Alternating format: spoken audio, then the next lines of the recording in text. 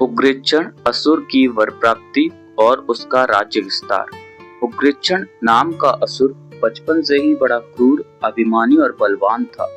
वह हाथियों तक से भिड़ जाता और अपनी मुष्टि के प्रहार से बड़े बड़े जीवों को धराशायी कर देता था।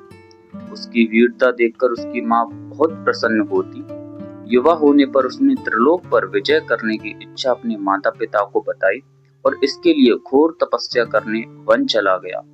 हजारों वर्षों तक उसने सूर्य देव की कठोर साधना की। भूख, प्यास और धूप बरसात सहते हुए उसका शरीर सूखकर काटा हो गया। अंततः सूर्य प्रसन्न हुए और उसे अमृत पात्र का वरदान दिया। जब तक वह अमृत पात्र उसके कंठ में रहेगा, कोई भी देवता, मानव या प्राणी उसे पराजित नहीं कर पाएगा।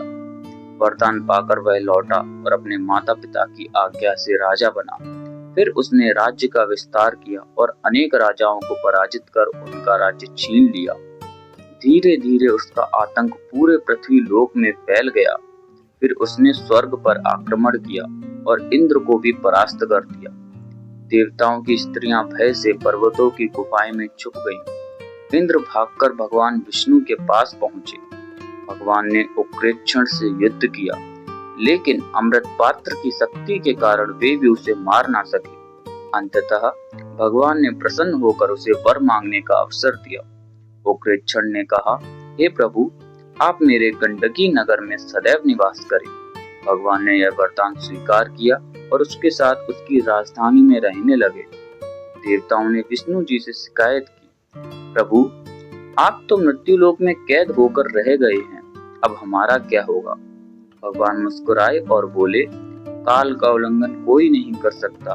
एक दिन यही काल इस दैत्य का अंत करेगा। उधर उग्रेक्षण ने प्रजा का कठोर नियम लागू कर दिए। उसने घोषणा की कि कोई भी यज्ञ, दान या उपवास ना करे। मंदिरों की मूर्तियां नष्ट कर उनकी जगह अपनी मूर्तियां स्थापित करने का आदेश दिया। भयवश लोग वही करने लगे। जो विद्वान और धर्मप्रिय लोग थे, वे नगर छोड़कर जंगल में चले गए। धीरे धीरे असुरों का जोर बढ़ गया और समाज में मांस, मदिरा सेवन, चोरी, छल कपट और अधर्म फैलने लगा। हर जगह आसुरी कर्म ही दिखाई देने लगे। ओम गणेशाय नमः।